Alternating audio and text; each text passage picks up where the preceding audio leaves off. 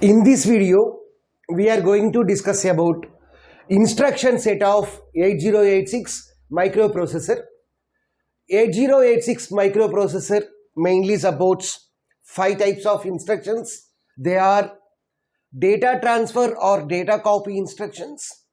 Totally 10 instructions are there under the data transfer or data copy instructions. Move, exchange, LEA. Likewise, we have 10 instructions.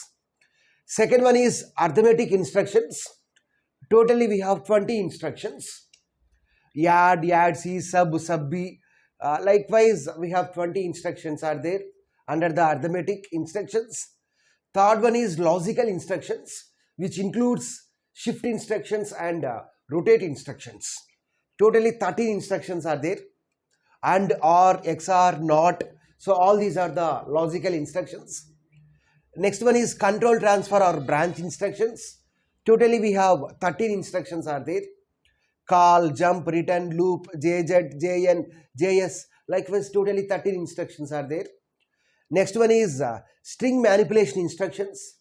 Totally we have 12 instructions are there. So move SB, move SW, load SB, load SW. Likewise, we have totally 12 instructions are there. If we add all these, 8086 microprocessor supports 68 instructions.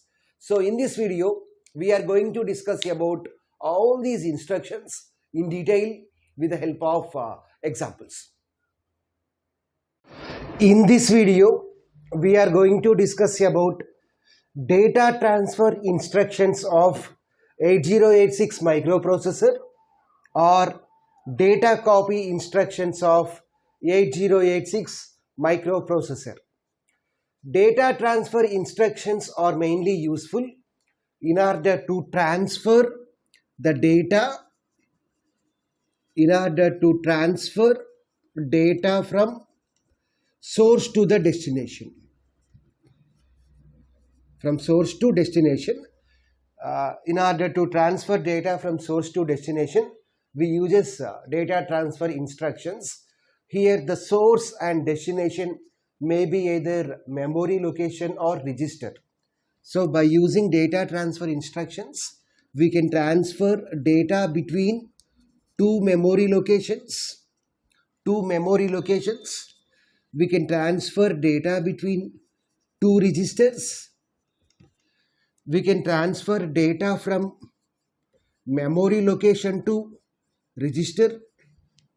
We can transfer data from register to memory location. So by using data transfer instructions, we can do all these activities. Now let us see what are the different types of data transfer instructions. So we have different types are there. The first one is move instruction. The second one is exchange instruction. Exchange instruction is the exchange instruction. It is denoted by X, C, H, G. Third one is LEA, load effective address. Fourth one is LDS and LES, load data segment, load extra segment. Next one is LAHF, load accumulator higher order byte into the flag with flag. Next one is SAHF. Next one is push. Next one is pop, and the last two are push F, pop F. So totally we have 10 data transfer instructions are there. In this video, we are going to discuss all the instructions in detail with the help of the examples. The first one is move instruction. Move instruction. The mnemonic for the move is MOV. The symbol for the move instruction is MOV. So move instruction is useful to move the data from the source to the destination. So here the syntax is move destination comma source. So by using move, we can transfer the data from source to destination. Here the source and destination may be either memory location or it may be some register. Source may be some immediate data also. Let us see some examples. So move AX comma BX. So this instruction moves the contents of BX to AX. Now AX register contains the contents of BX register. And let us take one more example. Move AL comma. AL means the size is how many bits? 8 bits only. 1 to H. This is hexadecimal number. So 1 means these are digits. Each digit represents 4 bits. Now AL contains 12. Whenever this instruction is executed, then AL contains 12. Now let us see one more example. Move AX comma 1 2 3 4 H. So here this is immediate data. So whenever the statement is executed, then 1 2 3 4 will be moved to the AX. Now AX contains 1 2 3 4. So here also 1 2 is nothing but immediate data only. Whereas if you place them in a square bracket, then it will becomes the address. Now here 2000H is specified within the boxes, square brackets. Now what will happen? The operand available at 2000 will be moved to the AX. Let 2000 memory location contains an operand called 1 2 3 4. So now 1 2 3 4 will be moved to the AX. Let us see one more example. Move AX comma within the square brackets SI. So SI means source index register. Now SI content will be moved to the AX. Let we have SI register contains SI register contains 1 2 3 4. Now 1 2 3 4 will be moved to the AX register. So this is about move instruction. Now let us see the next instruction. So what is the next instruction? Exchange instruction. Exchange instruction is represented by the mnemonic XCGH. So exchange instruction exchanges the contents of the source and the destination. So here also the syntax is same only. XCGH, destination comma source. So the contents of source and destination are exchanged. So here the source and destination may be either some memory locations or some registers. Okay. XCGH, AX comma BX. Now what will happen? The contents of AX and BX will be exchanged. Let initially AX contains 1 2 3 4, BX contains 5 6 7 8. So after execution of this instruction, AX content will become 5 6 7 8, whereas BX content will become 1 2 3 4. Okay. Likewise, we can perform exchange operation between memory locations also. So AX comma, let here we have 2000H. Now what will happen? Let 2000H, let AX content is 1 2 3 4, whereas 2000 memory location content is 5 6 7 8. Now what will happen? AX and this 2000H content will be swapped. Okay. So after swapping, after exchanging, what will happen? AX content will become 5 6 7 8, whereas this 2000H content will become what? 1 2 3 4. So this is about exchange instruction. Now let us see the next instruction. The next instruction is LEA. LEA stands for load effective address. Load effective address. Load effective address of the operand into the register. Load effective address of the operand into the register. Let us see an example for this. LEA. Let the register is AX. Let the memory location is 2000H. So now what will happen? So this is the effective address. 2000H is the effective address. Let 2000H contains 1 2 3 4. Now 1 2 3 4 will be loaded into AX. Now AX content is 1 2 3 4. Okay. Load effective address of the operand into the memory location. Let 2000 contains 1 2 3 4. So that 1 2 3 4 will be loaded into EX. Let us see the next two. They are LDS and LES. LDS stands for load data segment. Load data segment. Whereas LES stands for load extra segment. Load extra segment. So data segment and extra segment contain some operands. So here the meaning is load data segment with the content of the memory location. Okay. So LDS, AX comma, Let AX is the register we are using in the data segment. So LDS AX comma, let the memory location is 2000H. So now what will happen? Load data segment register with the content of the memory location. Let 2000H contains 1234. Now that 1234 will be loaded into AX. AX is nothing but a general purpose register which is used in the data segment. Just like the LDS, we can also use LES. So load extra segment with the content of the memory location. Let the memory location is BX, comma 3000H. Now here BX is the general purpose register which is used in extra segment. So now what will happen? The content of the 3000H will be loaded into the BX. Let 3000H contains 5678. So now 5678 will be loaded into the BX. Okay. So this is about LEA, LDS, LES. Now let us see the next one, that is LAHF. LAHF. LAHF. LAHF means load. AH means what? AH register. We know that load AH register with flag register. Okay. So AH stands for AH register, L stands for load, AH stands for AH register, F stands for flag register. We know that AX register size is 16 bits.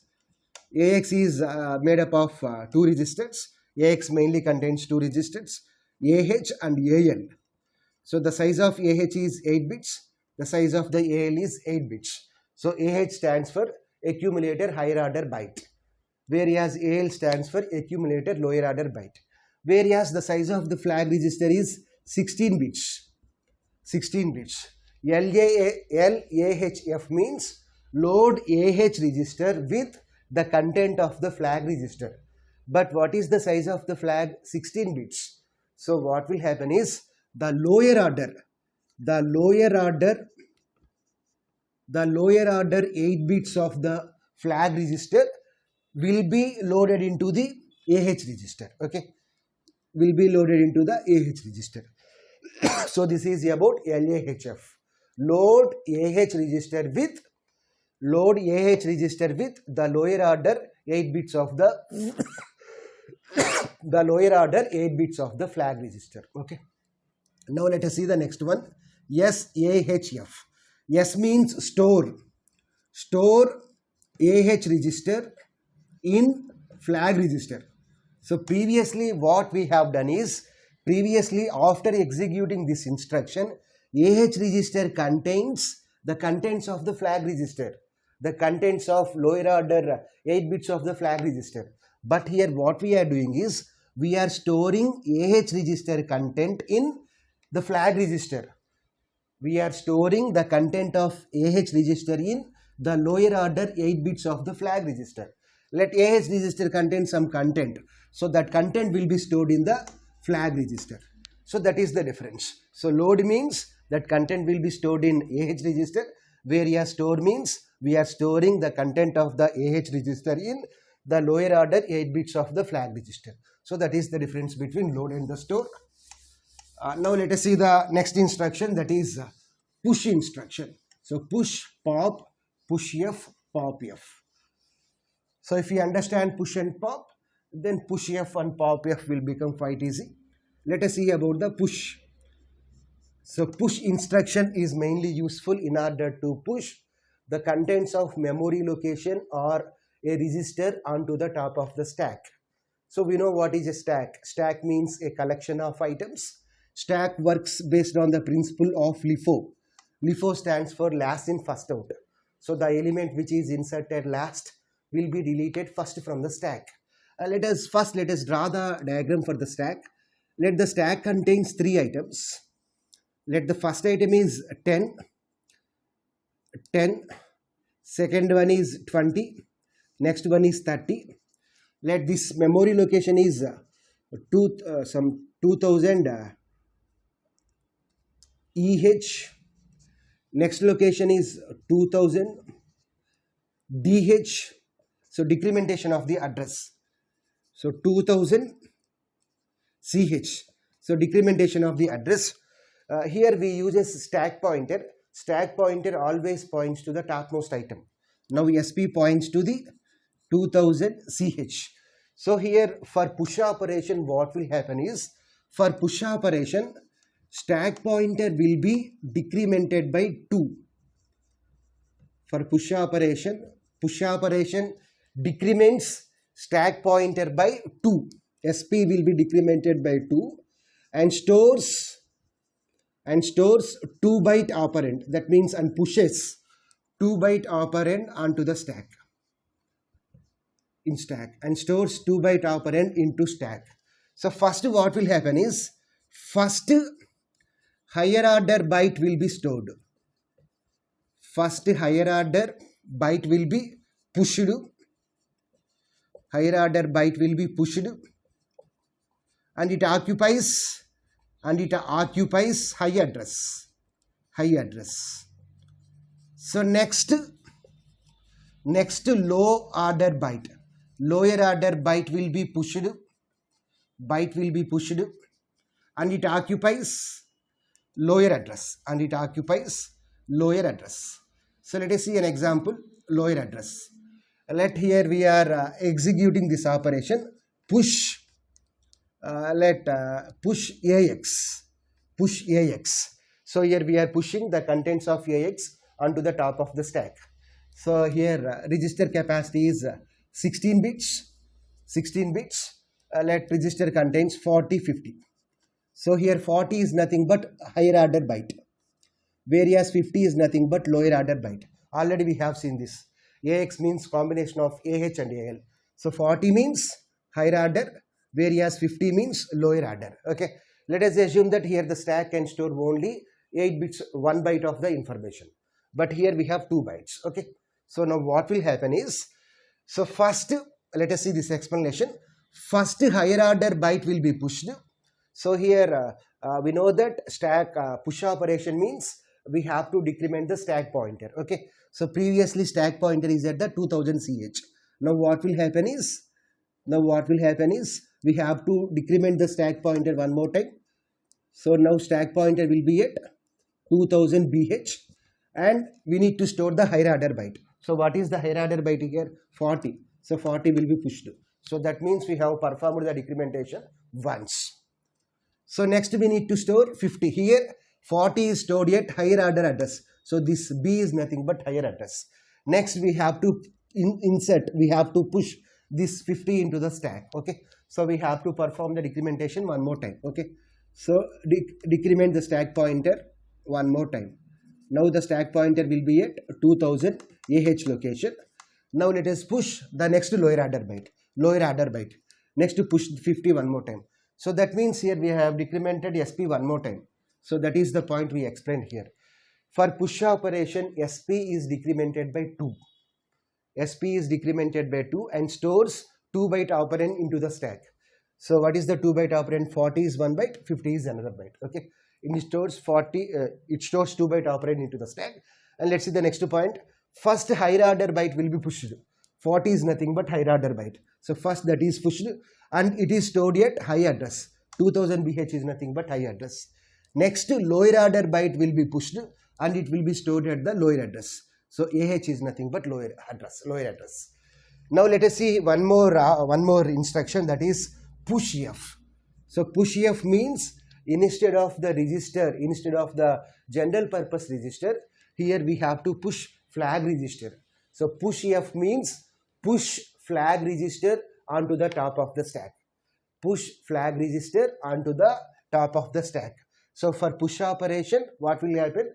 Push operation decrements SP by 2 and stores the 2-byte operand into the stack.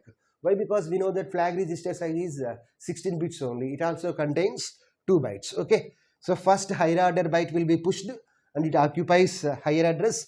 Next lower order byte will be pushed and it occupies the lower address.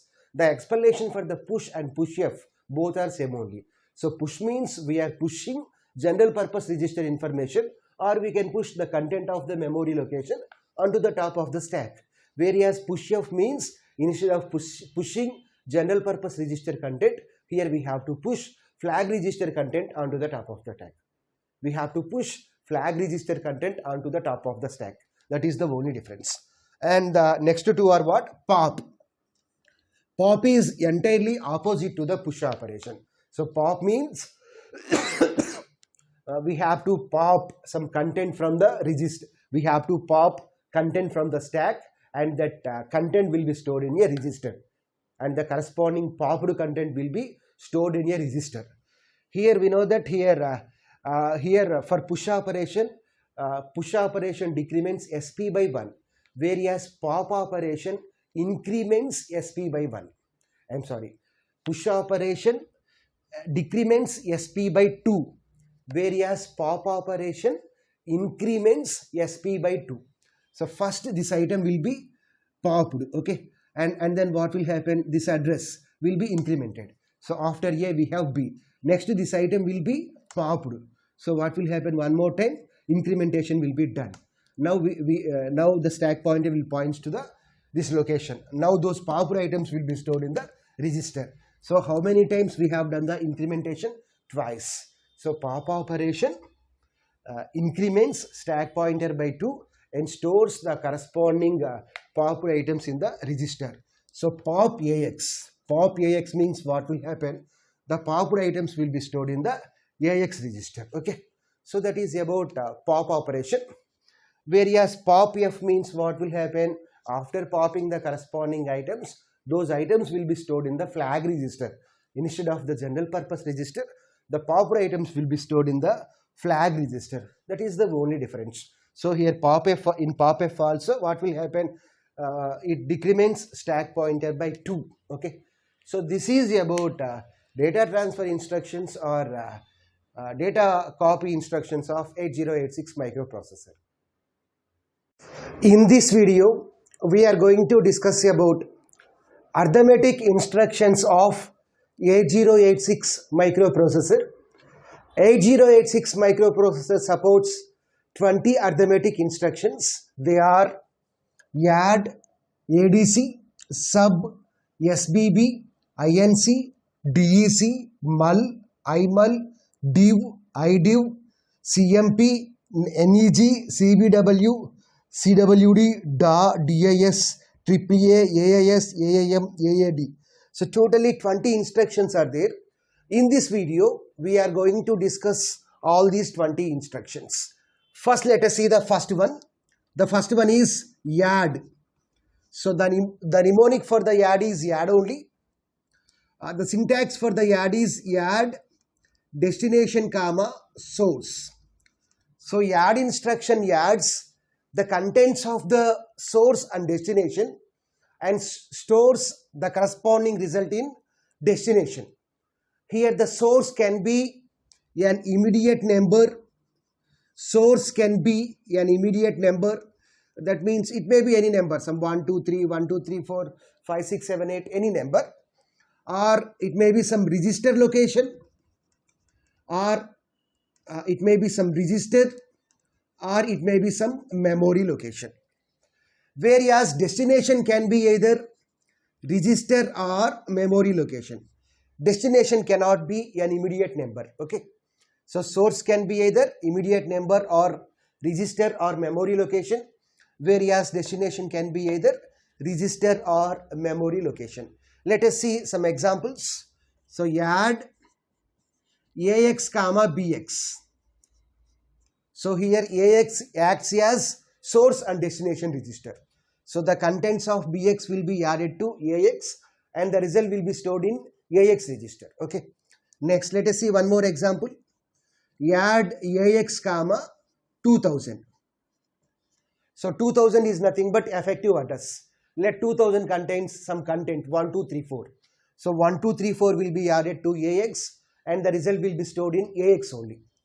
Next, let us see one more example. Add AX comma 1, 2, 3, 4. Here 1, 2, 3, 4 is nothing but immediate data. So 1, 2, 3, 4 will be added to the content of the AX and the register will be stored and the result will be stored in AX. Next, add AX comma some within the boxes SI. So SI means a register, source index register. So the contents of Si will be added to the AX. Here one more important point is source and destination cannot be memory locations. Okay. So we can't write an instruction like this. Add 1, 2, 3, 4, comma 5, 6, 7, 8. We can't write like this. Source and destination cannot be memory locations. Okay. If we want, here we can write some register. So AX will be added to the content of the 1, 2, 3, 4. 1, 2, 3, 4 is nothing but some address. So 1, 2, 3, 4 operand, and the result will be stored in 1, 2, 3, 4 only. So you can write these examples for ADC, sub and SBB also. Okay, same examples. Okay. So this is about add instruction. Now let us see the second instruction. What is the second instruction? The second instruction is ADC. ADC. So ADC stands for addition with carry. So add stands for addition. ADC stands for addition with carry. So this is the syntax. ADC space destination comma source. So the contents of the source will be added to the destination along with the carry value. Along with the carry value, and the result will be stored in the destination register. So we can write same examples as the previous one, but the mnemonic is different. So here we have to use ADC. So AX comma BX. Same. Here the source can be either an immediate number or memory location or register, whereas destination can be either register or memory location. So the source and destination cannot be memory locations. Okay. So add AX comma BX, then what will ADC AX comma BX, then what will happen? BX will be added to the AX along with the carry value, and the result will be stored in AX. Let the content of AX is like this 1, 3 FF. Let the content of BX is 0, 0, 1. What is the result of F plus 1? 0 with a carry 1. So this is the carry. So here AX is added to the BX along with the carry value. What is the result of F plus 1? 0 with a carry 1. So this is the carry value. So for storing the carry flag will be used. 1 plus 3 means 4. So 1 means 1. So 1, 4, 0, 0. So this is the result. Okay. So source with destination as well as along with the carry value, those will be added. Okay. So this is about ADC. You can write similar examples as like the previous one. So register with memory location, register with immediate data, next register with another register. Okay. Let us see the next one, that is sub. Sub. So sub stands for subtraction. So the contents of the source will be subtracted from the destination and the result will be stored in the destination. So source can be either an immediate number or memory location or register, whereas destination can be either memory location or register. So you can write n number of examples, but here source and destination cannot be memory locations. So sub AX comma BX. So AX will be subtracted from the BX and the result will be stored in AX. Now let us see the next one. The next instruction is SBB. SBB stands for subtract with borrow. Subtract with borrow. So here borrow is nothing but the carry. So for borrow means carry. So for storing the carry flag will be used. So the syntax is same only, SBB, destination comma source. So SBB instruction subtracts source from the destination and the corresponding result will be stored in the destination. So here along with the borrow value. So SBB instruction subtracts source from the destination along with the borrow value. So borrow means carry value. For storing the carry flag will be used. Okay. So this is about SUB and SBB. Now let us see the next instruction, that is INC and DEC. So INC stands for incrementation. INC syntax is INC space destination. Only one argument is enough. Here the destination can be either a register or memory location. So INC simply increments the contents of the destination by 1. So it simply increments the destination. INC, let us take some example. INC space AX. So INC instruction increments the contents of AX by 1. So let the content of AX is 1, 2, 3, 4. So now 1, 2, 3, 4 plus 1 means 1, 2, 3, 5. Okay. Next one is DEC. So DEC destination. So here the destination can be either a memory location or register. DEC instruction simply decrements the contents of the destination by 1. Okay. Let here DEC space AX. Let AX value is 1, 2, 3, 4. So 1, 2, 3, 4 minus 1 means it will produce as 1, 2, 3, 3 as the result. Okay. So this is about INC and DEC. Now let us see the next one, mul. So mul stands for multiplication. So mul instruction is mainly used for performing multiplication on unsigned numbers. Unsigned multiplication. So unsigned means there is no sign. If there is no sign, then the default sign is positive.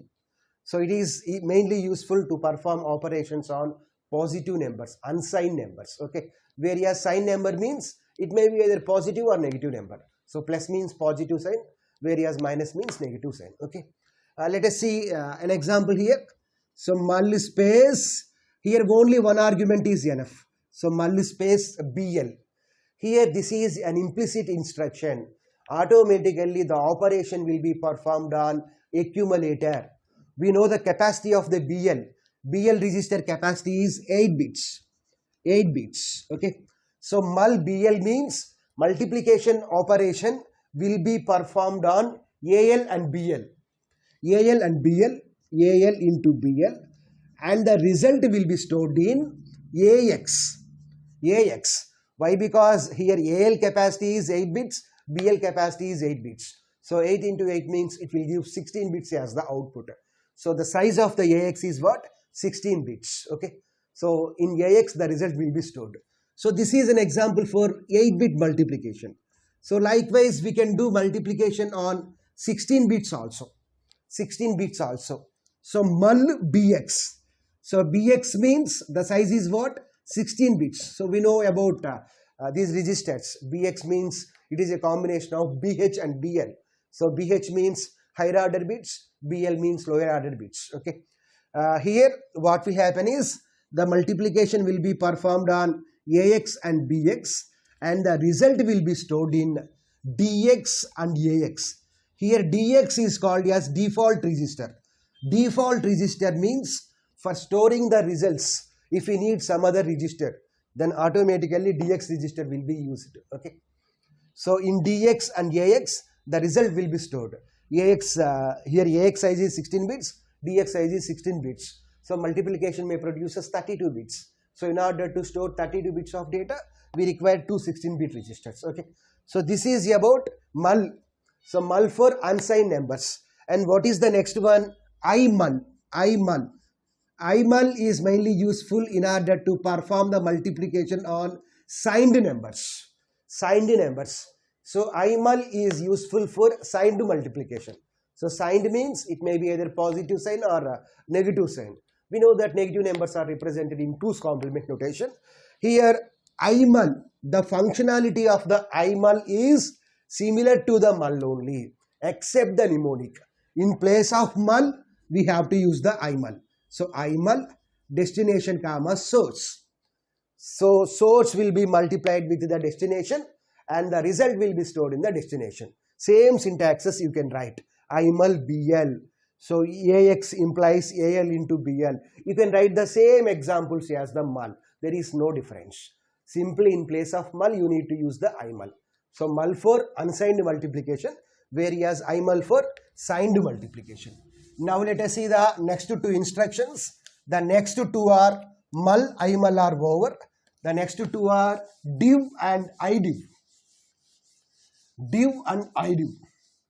So what is the purpose of div? Div is used for performing division operation on unsigned numbers. So div is useful for unsigned division. Unsigned division. So here also we can perform division operation on 8-bit numbers as well as 16-bit numbers. Let the instruction is like this. So div BL. So here automatically the operation will be performed on the accumulator. Okay. So now what will happen is AL by BL will be performed and the result will be stored in AX. So AL size is 8 bits, BL size is 8 bits, whereas AX size is 16 bits. We know that AX is made up of two registers, AH and AL. So in AL, quotient will be stored. AL stores quotient, whereas AH stores remainder. Okay. Now let us see about 16-bit multiplication, 16-bit division. So div BX. Now what will happen? AX by BX will be performed and the result will be stored in DX AX. So here DX is the default register.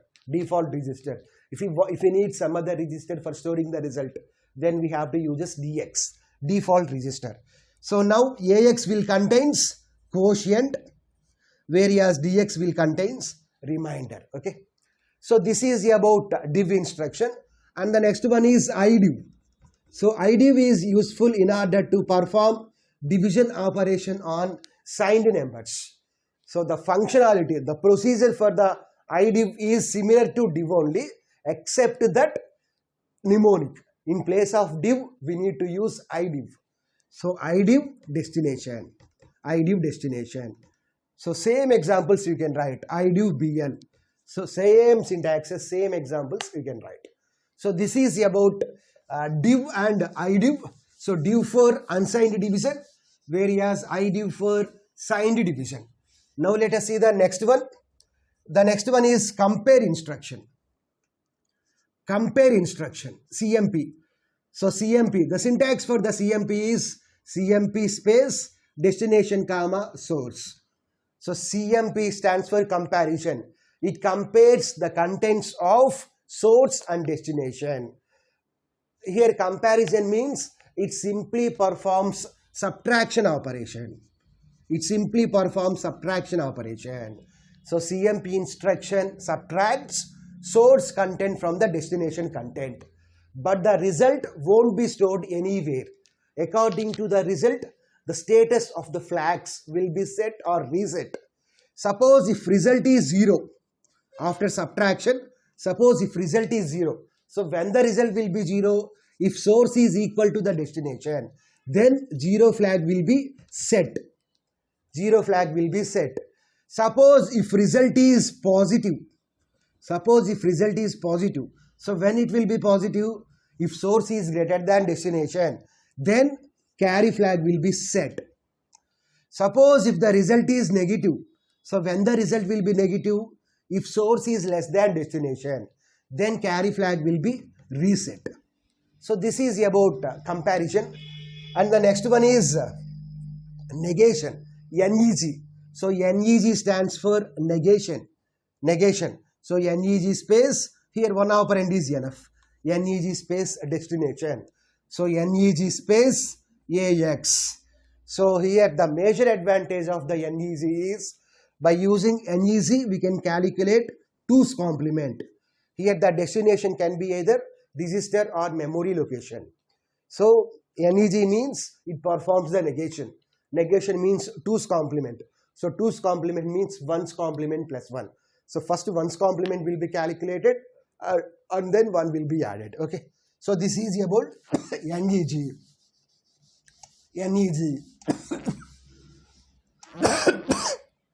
Let us see the next one. CBW. CBW stands for convert byte to word. Convert, B stands for byte, W stands for word. So here what will happen is it copies signed bit of byte to the higher order bits of AH register. Let we have AX register. We know that AX register is made up of AH and AL. So the size of AH and AL is 8 bits. Let this is AL, this is AH.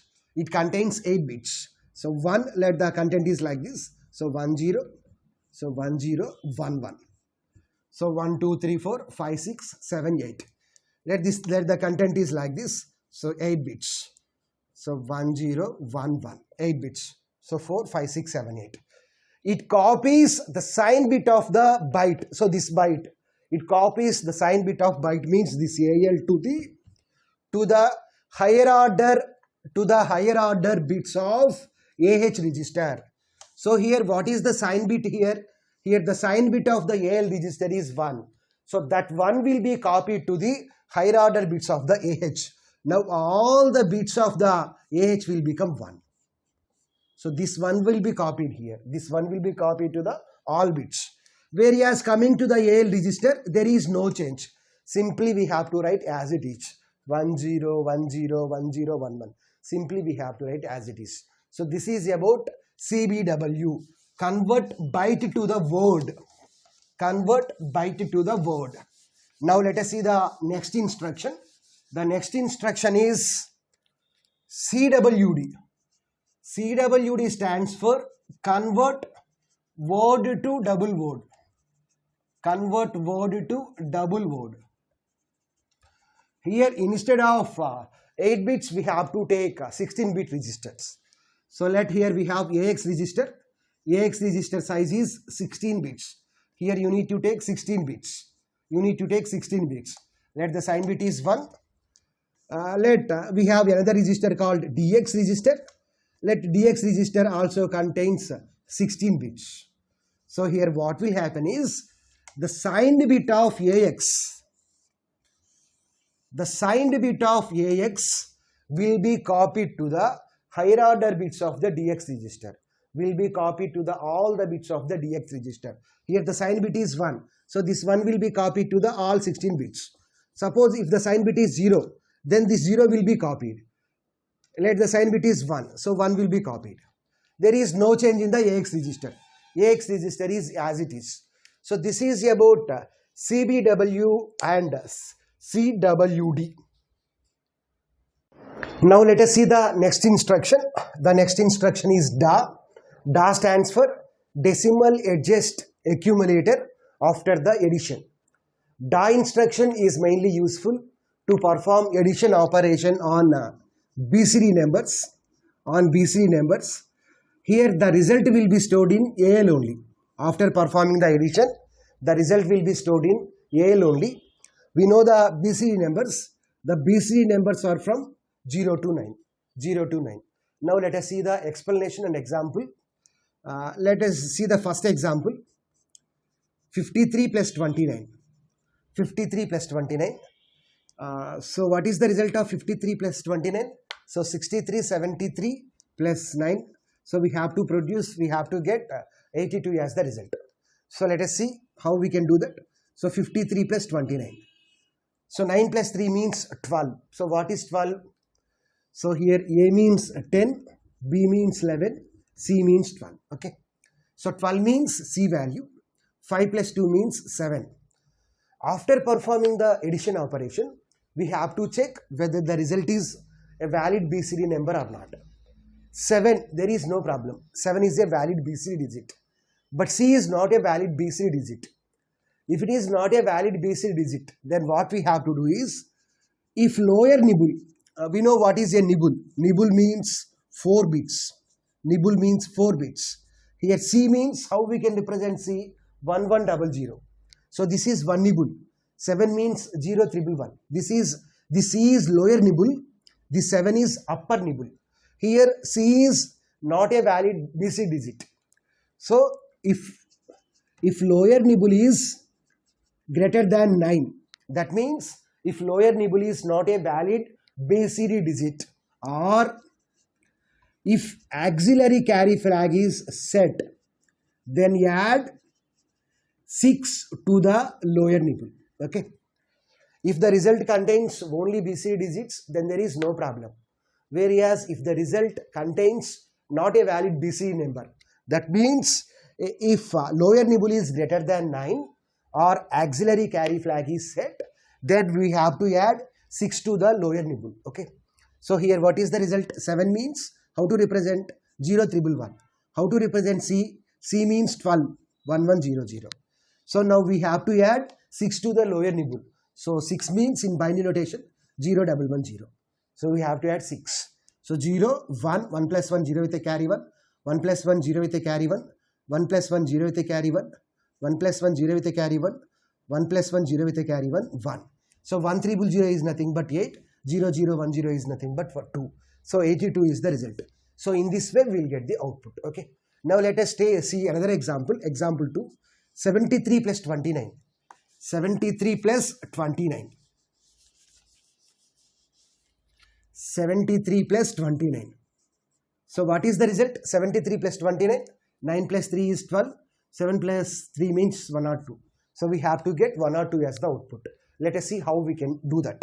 So 73 plus 29. So 9 plus 3 means 12. So 12 means C. 7 plus 2 means 9C. So after performing the addition, we have to check whether these digits are BC digits or not. 9. For 9 there is no problem. 9 is a valid BC digit. But C is not a valid BC digit. So now what we have to do? If lower nibble is greater than 9, that means if it is not a valid BC digit, then add 6 to the lower nibble. Same point. So 9 means how we can write 9? 1001. 1001. How we can write C? 1100. How we can write C? 1100. So let us add 6. So 0, 0 plus 1, 1. 1 plus 1, 0 with a carry 1. 1 plus 1, 0 with a carry 1. 1 plus 1, 0 with a carry 1. 1, 0, 1. Here for 0, 0, 1, 0, there is no problem. 0, 0, 1, 0 in decimal notation is 2. 2 is a valid BCD number. But coming to 1, 0, 1, 0. 1, 0, 1, 0 means what? 10. 10. It is not a valid BCD number. It is not a valid BCD number. So here we have to note down one more point. If upper nibble is greater than 9 or carry flag is set, then add 6 to the upper nibble. Add 6 to the upper nibble or add 60 to the AL register. Okay. Here the upper nibble contains 1010. So 1010 means 10. So that is greater than 9. That is greater than 9. So what we have to do now? We have to add 6 to the upper nibble. So now we have to add 6 to this nibble. Or we can add 60. So 60 means for lower nibble we are adding 0 only. So there is no change. So here what is the result? 1010, 0010 plus we have to add 6. So 0110 and there is no change here even if we add zeros. So 0010, 0. 1 plus 1 means 0 with a carry 1. 1 plus 1 means 0 with a carry 1. 1 plus 1 means 0 with a carry 1. So now the result is, so 1, so this is 1, 0000 means 0, 0010 means 2. So 102. So what is the result? 102 is the result. So in this way we can do DA, okay, decimal adjust accumulator after the addition. So after the addition we have to adjust the accumulator like this. So simply there are two steps are there. So what is the first step? If lower nibble is greater than 9, that means if lower nibble is not a valid BC digit or if auxiliary carry flag is set, then add 6 to the lower nibble. And after adding 6 to the lower nibble, upper nibble value may changes. So if upper nibble value is greater than 9 or carry flag is set, then we have to add 6 to the upper nibble or add 60 to the AL register. Why? Because if we add 0 to the lower nibble, the result won't changes. So this is about, in this way we can do the addition. So 102 is 82, here the result is 82. 82 means decimal number only. 102, here the result is 102. So 102 means decimal number only. 73 plus 29 means 102. Whereas previous example 53 plus 29 means 102. 782. Okay. So this is about DA. So DIS is similar to DA only. Here same procedure we have to follow. So DIS stands for decimal adjust accumulator after subtraction. After subtraction. So this instruction is mainly useful for BCD subtraction. BCD subtraction. Here also the result will be changed in AL. So after doing the subtraction, let the first number is 39, second number is 33. So what is the difference between 39 and 33? 0, 6. 0 is a valid BC digit, 6 is a valid BC digit. There is no problem. If the result contains valid BC numbers, then there is no problem. Whereas if the result contains not valid BC numbers, then we have to follow two rules. What is the first rule? If lower nibble is greater than 9 or auxiliary carry flag is set, then subtract 6 from the lower nibble. Previously in addition, we have performed the addition, adding, whereas you need to subtract 6 from the lower nibble here. Okay. After subtraction, the result of the upper nibble may changes. So here the second rule is, if upper nibble is greater than 9 or carry flag is set, then subtract 6 from the upper nibble or subtract 60 from AL, so that you can get the result. Okay. So it is the functionality, the procedure is just like DAO only, but instead of addition, we have to do the subtraction. Next instruction is AAA. AAA stands for ASCII adjust after the addition operation. So AAA instruction is executed after performing the addition operation. AAA converts the result to unpacked, it converts result to unpacked decimal digit or unpacked BCD digit. Here we have two types of digits are there. Packed digits, packed BCD digits, unpacked BCD digits. Packed digit means in order to represent the number, we need 4 bits, whereas unpacked means in order to represent the number, we need 8 bits. If we take 4, packed means 0, 1, 0, 0, whereas unpacked means 4 zeros, 0, 1, 0, 0. We can represent the number by using with 8 bits. Okay. Here let us see the ASCII value. For 0, the ASCII value is, the hexadecimal ASCII value of 0 is 30H. We know that 0 ASCII value is 48, but the hexadecimal equivalent ASCII value is 30H. For 1, the hexadecimal ASCII value is 31H. Likewise for 9, the hexadecimal ASCII value is 39H. Let us see some examples. Let us do 2 examples. First example is 5 plus 2. What is the result of 5 plus 2? 7.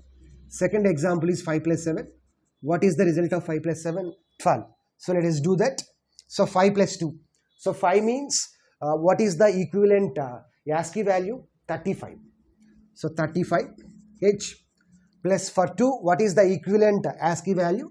32. So 35 plus 32. So what is the result? 67H. So this is the result.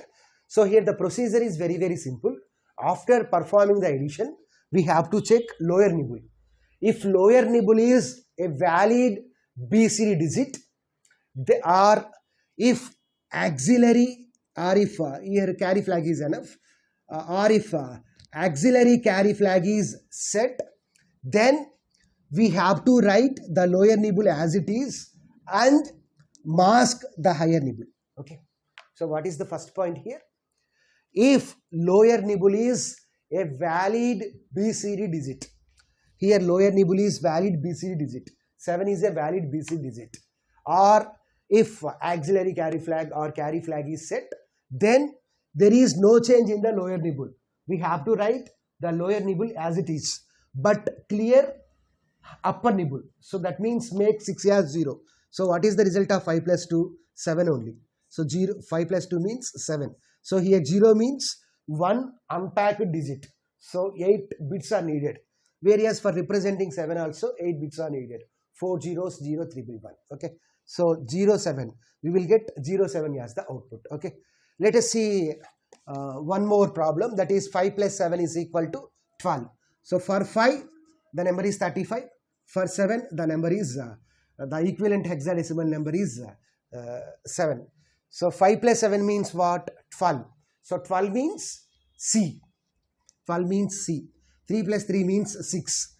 Here, this is not a valid BCD number. Let us see the next point.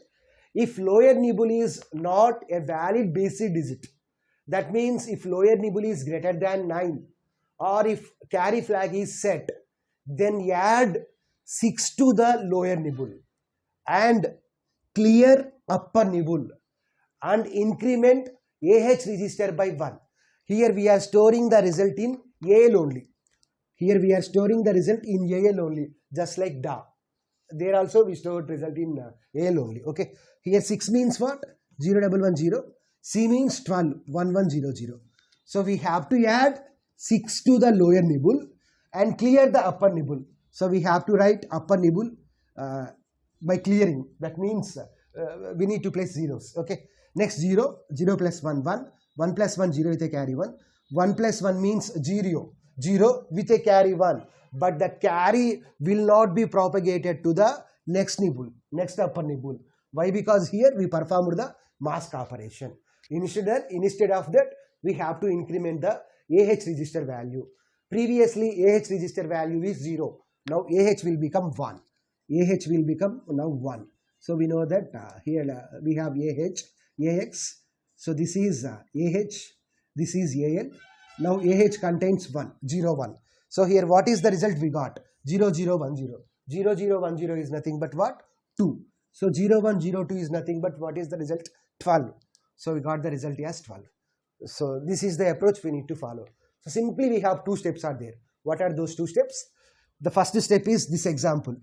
If lower nibble is a valid BCD digit or if carry flag is set, then there is no change in the lower nibble, but we have to clear the upper nibble. This is the first point. Second point, if lower nibble is not a valid BCD digit, that means if lower nibble value is greater than 9, then add 6 to the lower nibble and mask and clear upper nibble value as well as increment AH by 1. Increment AH by 1. So here we have incremented AH by 1 and this is nothing but AL result. So 0102 means 12 only. Okay. So this is about AAA. Now let us see about AAS. AAS is also similar to AAA only. So what is AAS? ASCII adjust after subtraction. ASCII adjust after the subtraction. So this instruction is also executed after performing the subtraction operation. So after performing the subtraction only, we have to do this instruction. Here also we have to follow those 2 steps only, but instead of addition we have to do the subtraction. So what is the first point? If lower nibble is a valid BCD digit, or carry flag is set, then subtract. Here we have to subtract. Then subtract 6 from the lower nibble and clear upper nibble. Okay.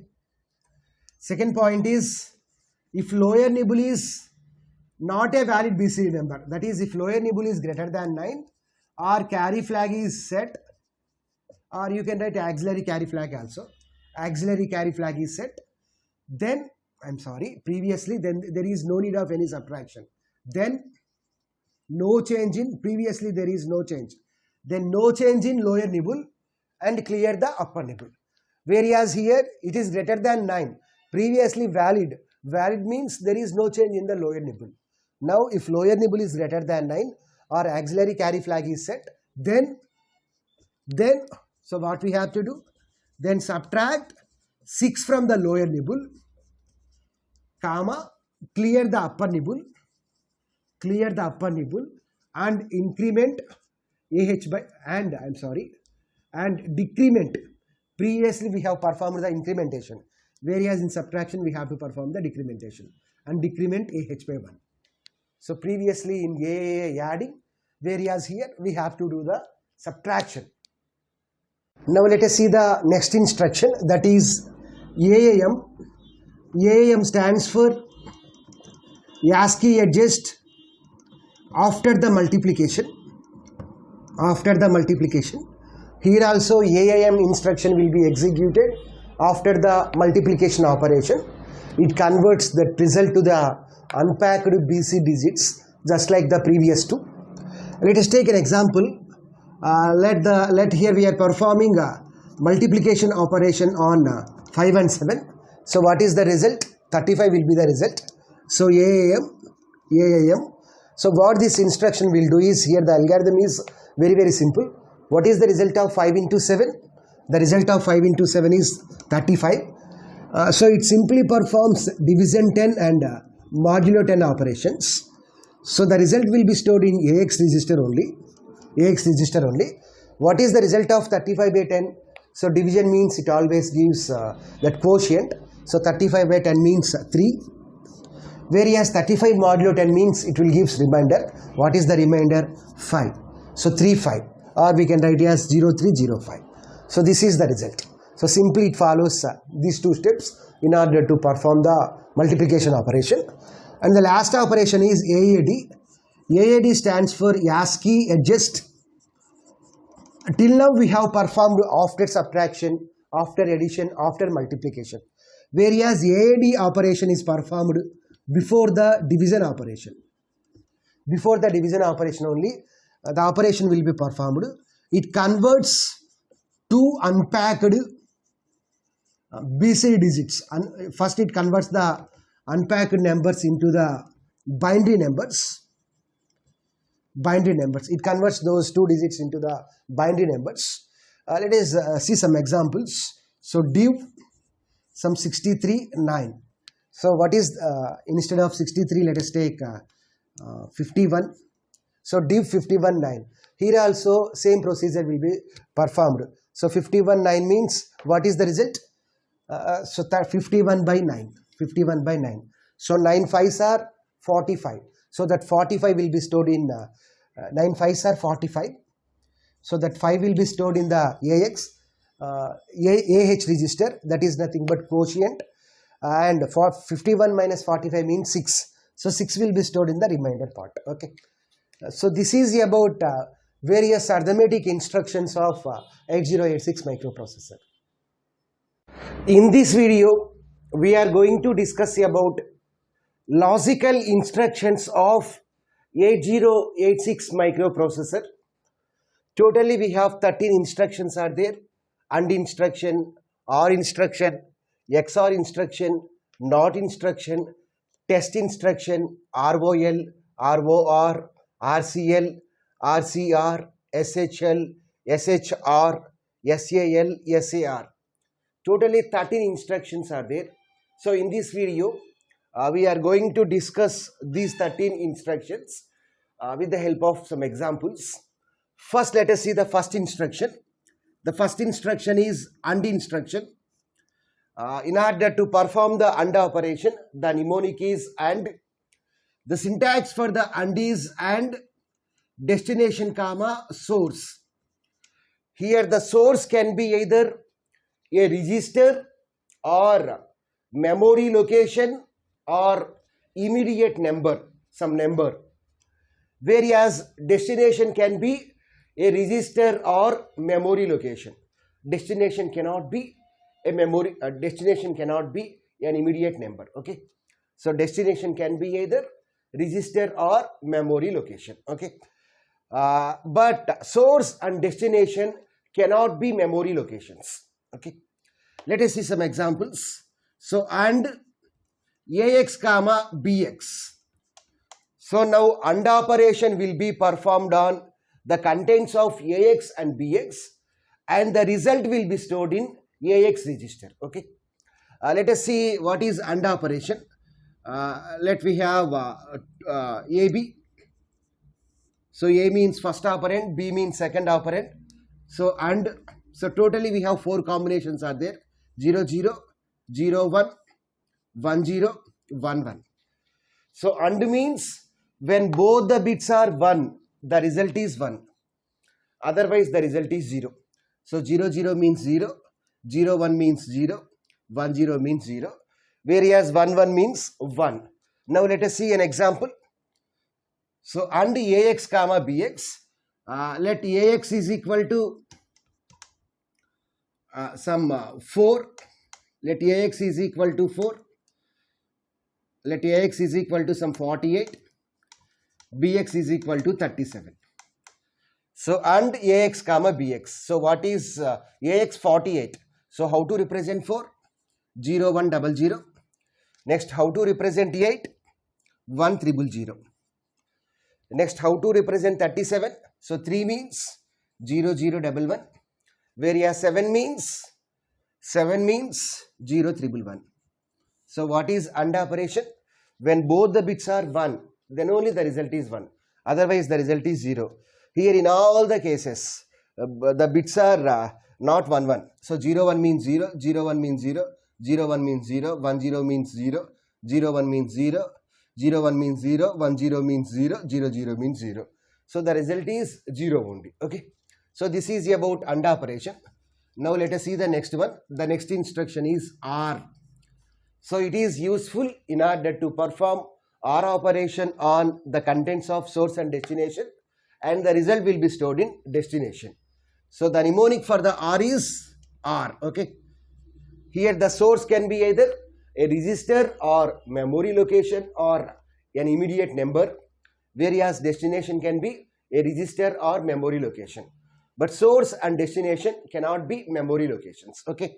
So here OR means if both the bits are 0, the result is 0. Otherwise the result is 1. So 0 1 means 1, 1 0 means 1, 1 1 means 1. Let us take the same example. So 0 1 means 1, 0 1 means 1, 0 1 means 1. Next 1 0 means 1, 0 1 means 1, 0 1 means 1, 1 0 means 1. Here we have 0 0. So 0 0 means 0. So 0 3 1 means 7. 4 1 means what? It is 12. 4 1 means it is 15. 15 means F. So 7F is the result. So this is about AND operation, OR operation. Now let us see about XOR operation. So XOR operation performs exclusive OR operation on source and destination, and the result will be stored in destination only.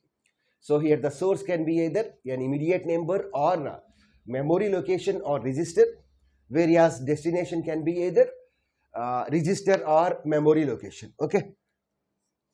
So XOR operation will be performed on AX and BX, and the result will be stored in AX. Okay. Let us see the truth table. If both the bits are different, then the result is 1. So 0 1 means 1, 1 0 means 1. Whereas if both the bits are same, the result is 0. So 0 0 means 0, 1 1 means 0. Let us take the same example. So different means the result is 1, same means the result is 0. So 0 1 means different bits, 1 1 different bits, different bits, different bits, different bits, different bits. Whereas 0 0 means same bits means 0 is the result. So 0 3 1 means 7, 4 1 means F. So 7F is the result. So this is about AND OR XOR operation. Now let us see the next one. So the next one is NOT. So for NOT only one operand is enough. So NOT we can specify a destination here. Only one operand is enough. Here the destination can be either register or memory location, or we can specify some immediate number also. So destination can be register or memory location or an immediate number. Okay. So NOT means it simply complements, inverts. It simply inverts, complements the bits of the destination operand, and then the result will be stored in the destination only. Okay. So let the destination, let we have register not AX. Let content of the register is 37. So how to represent 37? 0 0 1 1. 7 means 0 3 1. So NOT means it's NOT is nothing but 1's complement. So complementing or inverting the bits of the operand. So that means zeros will be changed to 1's, 1's will be changed to zeros. So 1 will be converted to 0, 1, 0, 1, 0. 0 means 1, 1 means 0, 1 means 0. So 0 means 1, 0 means 1. So 1, 1, 0, 0 means 12. So 12 means C. 1, 0, 0 means 8. So C8 is the result. So NOT is mainly useful in order to compute one's complement of the destination. Okay. Let us see the next one. So the next instruction is test instruction. So test instruction accepts two operands, destination comma source. Test instruction is similar to AND only. Okay. So it performs AND operation between the destination and the source.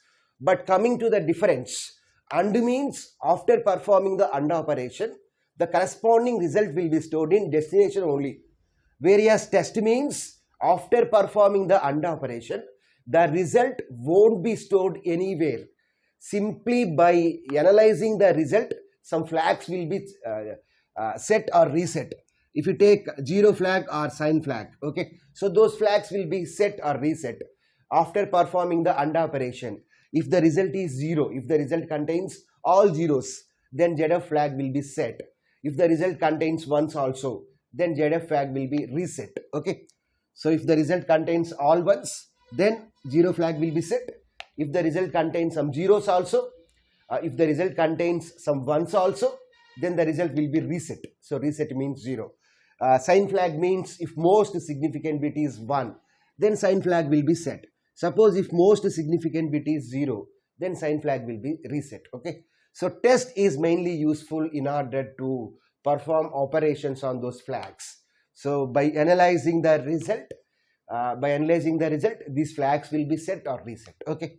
So this is about the test instruction. Now let us see the remaining instructions. So next one is ROL, ROR. So next instruction is ROL. So ROL stands for rotate left. RO means rotate, L means left. So rotate left without carry. Without carry. So there is no need of any carry flag here. So ROL, rotate left without carry. Okay. Let the register contains 8 bits. Let the contents of the register is like this: 1010, 0101. Okay. So this is nothing but left position. This is nothing but right position. So ROL means the contents of the destination. Here the syntax is very, very simple. ROL, destination comma, we have to provide a number. So how many bits we have to rotate? So 1, 2, 3, or in place of the number we can use CL. So CL stands for count register. So CL, in CL we can specify the count value 1, 2, 3 likewise. Okay. 1, 2, 3 likewise we can specify some number. So ROL, the name itself specifies the meaning. So here the destination means it may be either register or memory location. It may be either register or memory location, and after that the result will be stored in the destination only. Okay.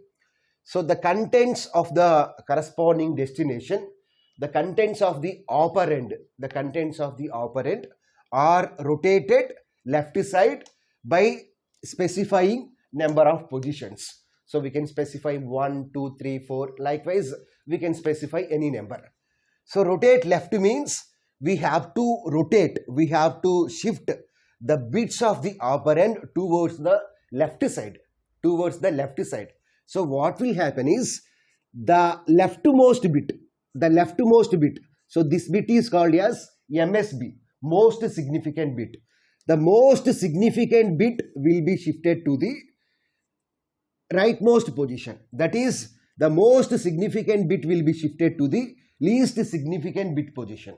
Okay. And after that, the bits of the operand are shifted one position to the left.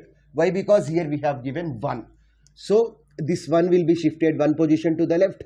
This 0 will be shifted one position to the left. This 1 will be shifted one position to the left. This 0 will be shifted one position to the left. This 0 will be shifted one position to the left. This 1 will be shifted one position to the left. This 0 will be shifted one position to the left. Okay. So this is about rotate left instruction, ROL. Okay. Suppose if we specify destination comma this CL value, we specified CL as 2. then we have to perform ROL. So this is nothing but after the first shift, after first ROL. Next, if CL value is given as 2, or if we specify directly 2 here, then we have to do the rotation one more time. We have to do the rotation one more time. So what is ROL? We have to shift the bits one position to the left. Okay. So here, what is the most significant bit? 0. So this 0 will be shifted to the LSB position. So now this 0 will be placed here, and all the bits are shifted one position to the left. So 1 1 0. So this 1 will be placed here. Next, this 0 will be placed here. This 0 will be placed here. This 1 will be placed here. So this is about ROL. Now let us see the next one. So the next one is ROR. So ROR stands for rotate right. Rotate right. Rotate right without carry. Rotate right without carry. So let us take the same example. So 1 0 1 0 0 1 0 1. So 1 0 1 0 0 1 0 1. So this is left side. This is right side.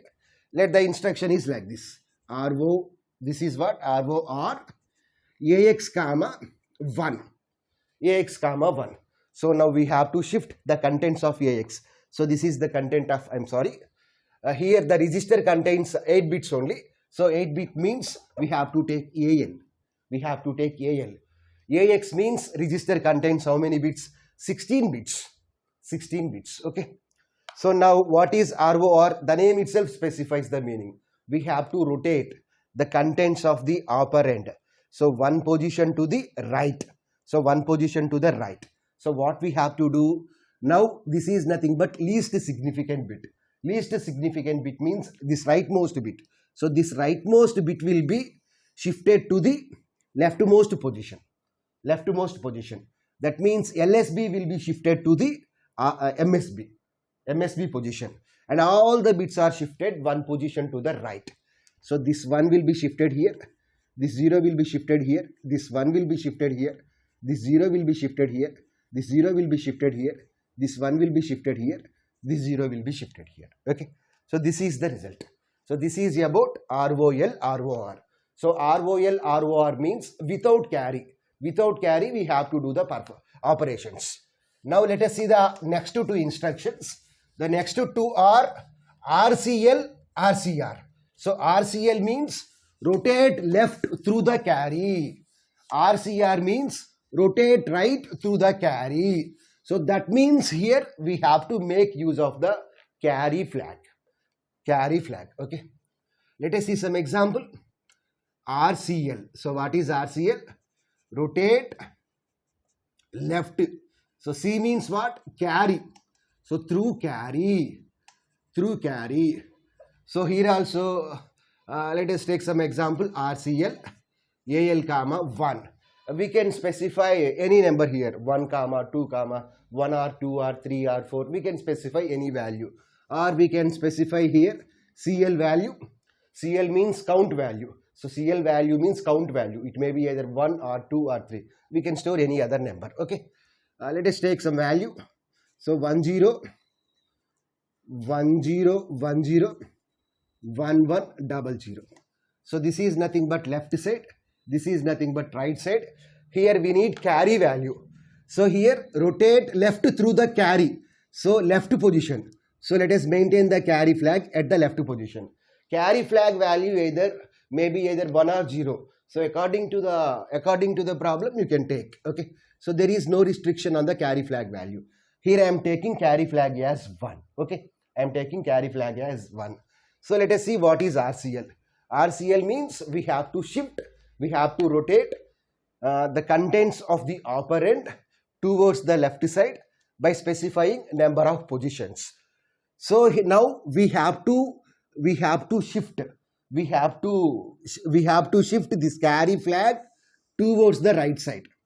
Towards the right side. So the carry flag will be placed in the least significant bit position. This carry flag will be placed in the rightmost position. And all the bits are shifted one position to the left side. So 0, 0, 1, So this 1 will be shifted here, 0. This 1 will be shifted here, this 0 will be shifted here. Now this 1 will be placed in the carry flag. Now this 1 will be placed in the carry flag. Now carry flag contains 1. So let the CL contains 2. Let the CL contains 2. Now we have to perform the rotation one more time. So after the second rotation, so what will happen? This carry flag will be shifted to this right position. So here what is the carry flag value? 1. So this 1 will be moved here and all the bits are shifted one position to the left. So this 0, this 1 will be shifted here, this 1 will be shifted here, this 0 will be shifted here, this 1 will be shifted here, whereas this 0 will be placed in the carry flag. This 0 will be placed in the carry flag. Now carry flag contains 0. So this is about RCL. Likewise, let us see the next instruction, that is RCR. RCR means rotate right through the carry. Rotate right through the carry. Let us take the same example. So 1 0 1 0, 1 1 0 0. So this is left side, this is right side. Here we need to take the carry flag. Here we are shifting through the right side. So let us take the carry flag at the right side. Let us assume that the value of the carry flag is 0. Let us assume that the value of the carry flag is 0. You can take any value, there is no problem. So here what we have to do? We have to rotate the contents of the operand towards the right side. Let us shift by one position, okay? Towards the right side by one position. So now what we have to do is, we have to shift this carry flag to the leftmost position. So we have to place this carry flag in the most significant bit position. And after that, move all the bits of the operand one position to the right. So let us move this bit here. So 0, next to 1, next to 1, 0. Now this 0 will be placed in the carry flag. Now carry flag contains 0. So this is about RCL, RCR. So RCL means rotate left through the carry. RCR means rotate right through the carry. Now let us see the next two instructions. SHL, SHR. SHL means shift left. SH means shift. So L means left. The normal shift left operation is called as logical shift left. Mainly we have three types of shifts are there. Rotate shift, arithmetic shift and logical shift. So normal shift is nothing but logical shift. So here, so this is nothing but logical shift left. So SHL means shift left. This can also be called as logical shift left. Let us take an example. So same syntax, SHL comma AX comma, we can specify some count value. Here also there is no problem. So 1 0 1 0, 1 1 0 0. So this is left position, this is right position. In logical shift left, what will happen is 0 will be shifted to the right position. 0 will be shifted to the right position. If you take ROL, ROR, so what will happen? That this most significant bit is shifted to the LSB position. Whereas here what we have to do? 0 will be shifted to the right position and all the bits are shifted one position to the left. So this 0 will be shifted here, this 0 will be shifted here, this 1 will be shifted here, this 1 will be shifted here, this 0 will be shifted here, 1 will be shifted here, 0 will be shifted here, whereas this 1 will be stored in the carry flag. This 1 will be stored in the carry flag. If we want, if we specify count as 2, then we can do the operation, then we have to perform the shift operation one more time, okay.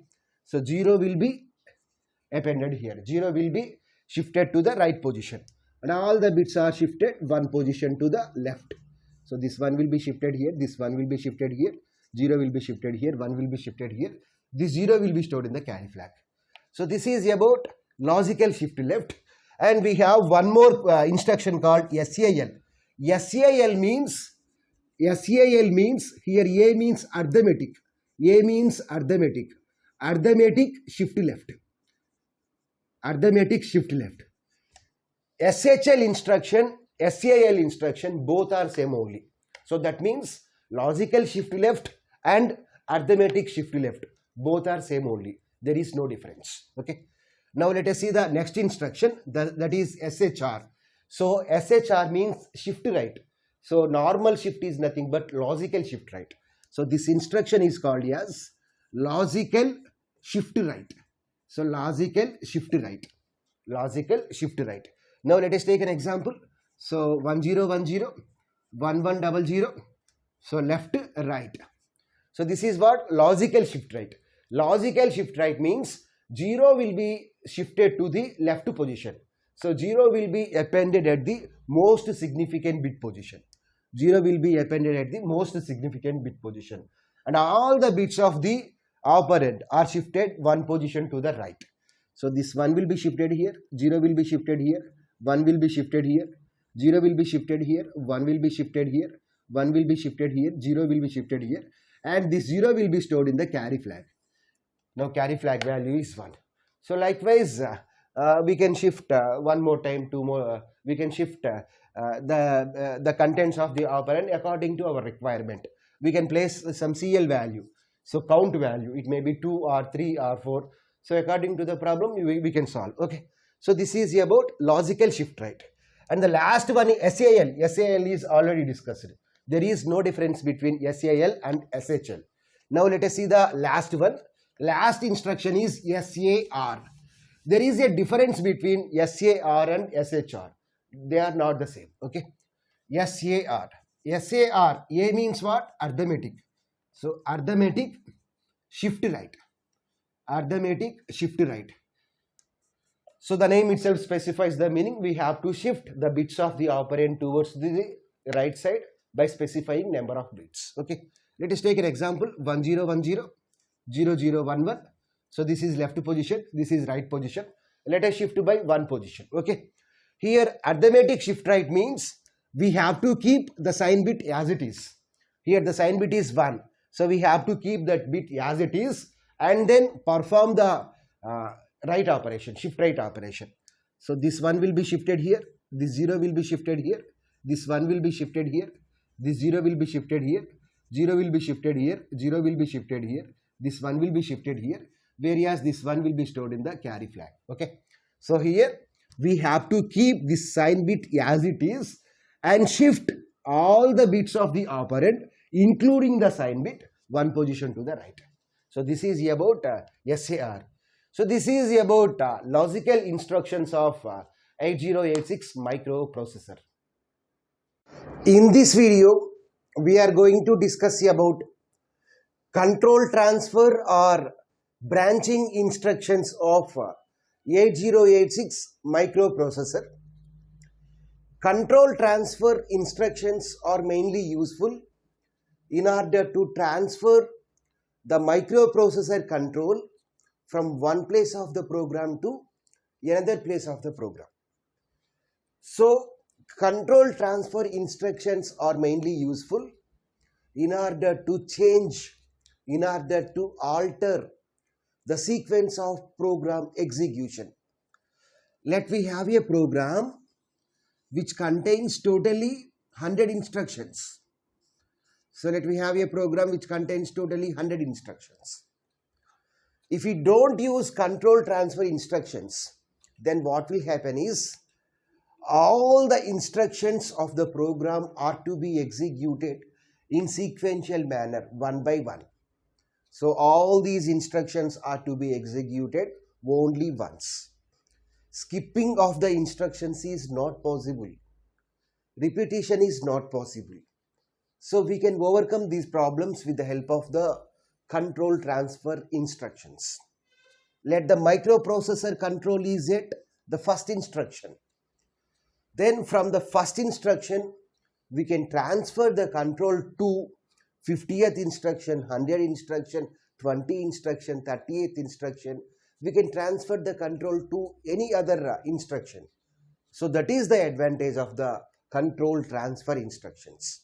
The name itself specifies the meaning. It is useful in order to transfer the microprocessor control from one place of the program to another place of the program. Control transfer instructions can also be called as branching instructions. Okay. We can classify control transfer instructions mainly into two types.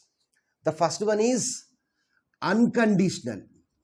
unconditional control transfer. Unconditional control transfer or branch instructions. The second one is conditional control transfer or branch instructions. So mainly we have two types are there. So in this video we are going to discuss about unconditional control transfer instructions as well as conditional control transfer instructions in detail. So unconditional control transfer or branch instructions, we have mainly 4 unconditional control transfer instructions are there: call, return, jump and loop. Next, conditional control transfer or branch instructions, mainly we have 10 instructions are there. Okay. First let us see about unconditional control transfer instructions. Unconditional control transfer, or this can also be called as unconditional branch instructions. So the name itself specifies the meaning. Unconditional means without checking any condition.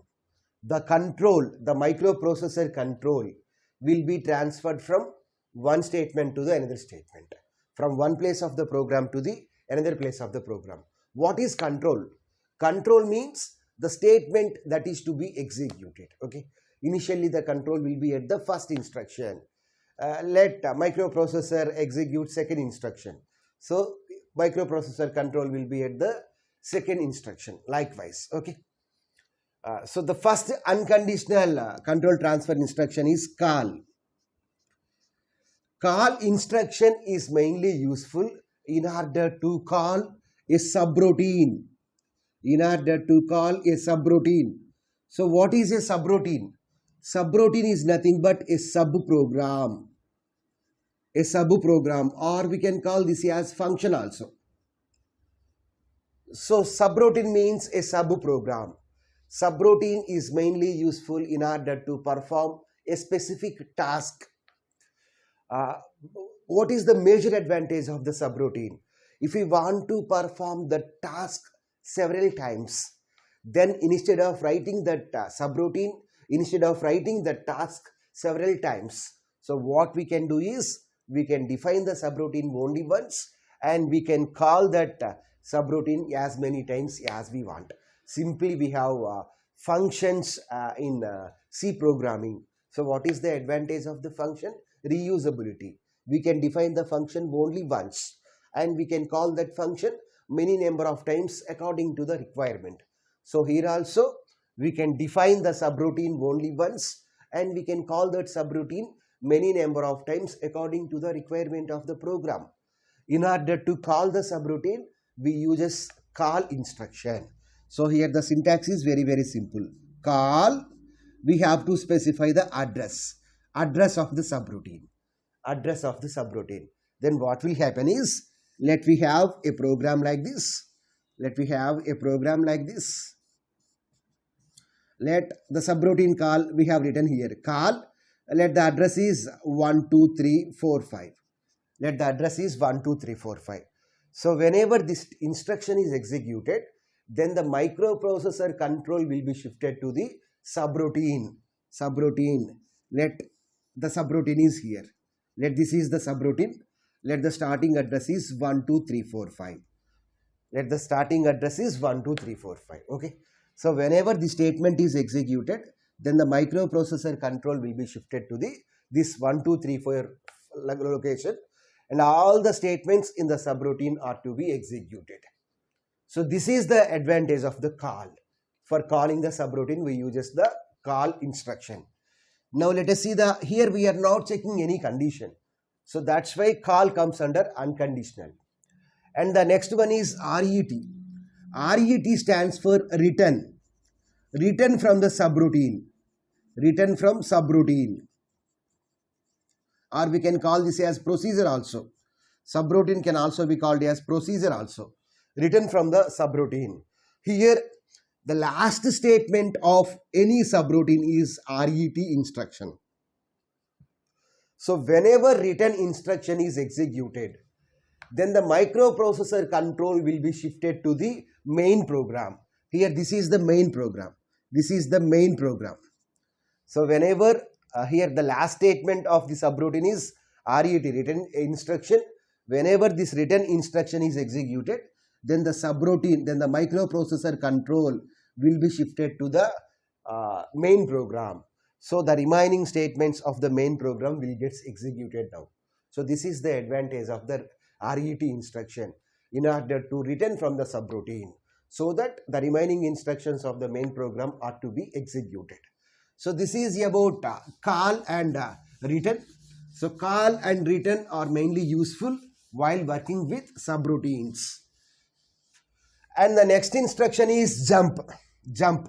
So jump is also unconditional instruction. Okay, without checking any condition, we can jump from one location to the another location. So jump, jump, jump, address. We have to specify the address. Okay. Let we have a program like this. Let we have a program like this. Let the statement is here. Let the statement is like this. Jump 1 2 3 4 5. Jump 1 2 3 4 5. Let 1 2 3 4 5 address is here. So whenever jump statement is executed, then the microprocessor control will be shifted to the specified address. Here what is the address here? 1 2 3 4 5. So now microprocessor control will be shifted to the 1 2 3 4 5 location, and all the instructions at 1 2 3 4 5 are to be executed. This is not a subroutine. This is not a subroutine. Okay. This is not a subroutine. So 1 2 3 4 5 means the control goes to the 1 2 3 4 5 location, and all the statements are to be executed. Okay. And after executing those statements, control never goes back to the next statement after the jump. Whereas if you take subroutine, after executing the subroutine, the control will be shifted to the main program. But here, after executing these instructions, control never goes to the next statement after the jump. We don't have such conditions here. Okay. So after executing these statements, the program execution will be over. Okay. So this is about jump. And the fourth one is loop. So the difference between the call and jump is, call is useful for calling the subroutine, whereas jump means we have to specify some address so that the microprocessor control will be shifted to that address, and the statements which are at that address will get executed. Now let us see the next unconditional instruction. The next unconditional instruction is loop. Loop.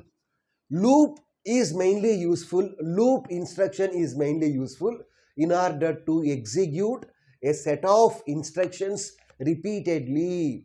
So if you want to execute a set of statements repeatedly, then we have to use the loop instruction. Okay. Let us see an example for this.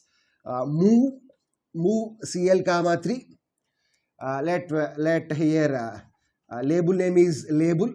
Let we have two instructions here. Move AL comma 3. Move 34. Move BL comma 56. Add AL comma BL. Next one, loop label. Loop label. So whenever the statement is executed, loop label, then the control will be transferred to the label, and all the statements in the label will get executed. Here what will happen is, in loop we have to use a variable called CL. So CL stands for count register. We can use either CL or CX also. CL means the capacity is 8 bits, whereas CX means the capacity is 16 bits. Okay. So CL means we have to specify count value as 03, whereas CX means we have to specify count value as 403. So here in each iteration, what will happen is, this counter value, CL value, will be decremented by 1. So what will happen in each iteration? Iteration means, so what is iteration? So this is one iteration. So here 3 means the loop will get executed 3 times. So 3 iterations are needed here. So in each iteration what will happen? CL will be decremented by 1. Okay. CL will be decremented by 1. And the second functionality is, it checks whether CL is not equal to 0 or not. If CL is not equal to 0, then only the body of the label, then only this label body will gets executed. Otherwise label body won't gets executed. Okay, so these two things will happen internally, implicitly. Okay, we don't have to execute these two statements. So this is about loop. If we want to execute a set of statements repeatedly, then we have to use the loop. So loop label. Okay, so the statements within the label, these statements will get executed how many times? 3 times. Why? Because here CL value is 3. So this is about unconditional control transfer or branch instructions. Now let us see the second one. The second one is conditional control transfer or branch instructions. So the name itself specifies the meaning. First condition will be evaluated. If condition is true, then only the microprocessor control will be shifted from one place of the program to the another place of the program. Here, in order to check the condition, we use the flags like 0 flag, sign flag, parity flag, carry flag. Now let us see the statements. The first one is JZ or JE. Here conditional control transfer instructions means what will happen is we have a program like this. Let this address is, here we have JZ. So here on top of JZ we have some instruction. So this instruction will get executed. If the result of this instruction is 0, Z stands for 0. If the result of that instruction is 0, then only the control will be shifted to that location. Here after the JZ, we have to give some address. Here for every instruction, after the instruction we have to specify the address. Okay, so here on top of the instruction we have to write one instruction. So first that above instruction will be evaluated. So if the result of that instruction is 0, then the control will be shifted to, then the microprocessor control will be shifted to this address, and the statements within that address will get executed. Okay, so this is called as jump if 0. So this can also be called as jump if equal. And the second one is JNZ. So JNZ stands for jump if no 0. So that means if that result is not a 0 value, so then what will happen? This address, the control will transfer to that address. So this is also called as JNE. So jump if not equal. And the third one is JS. So what is the address? After the mnemonic we have to specify the address. Okay, so its above instruction will get evaluated. If the result of its above instruction is a sign bit, here JS stands for sign bit. So if it is negative number, sign bit means the most significant bit is 1. If MSB is 1, then what will happen is the control will transfer to this address, and the statements within that address will get executed.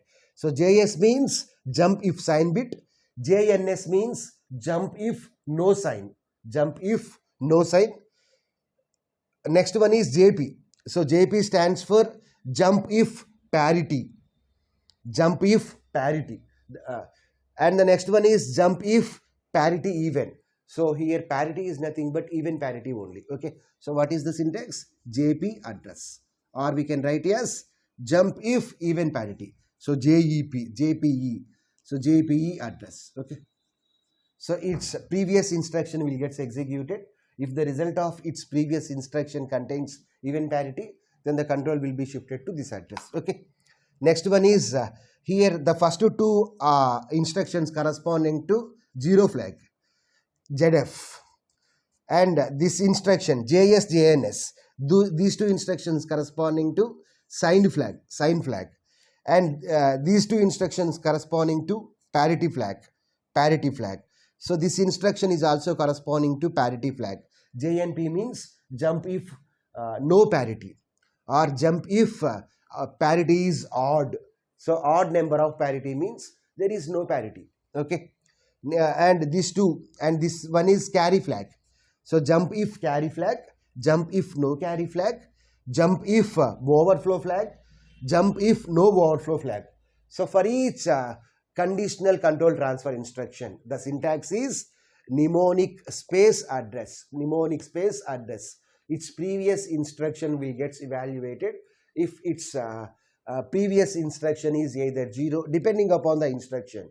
If its previous instruction is, if you take this one, if its previous instruction contains some overflow, then control will be transferred to that address. Okay.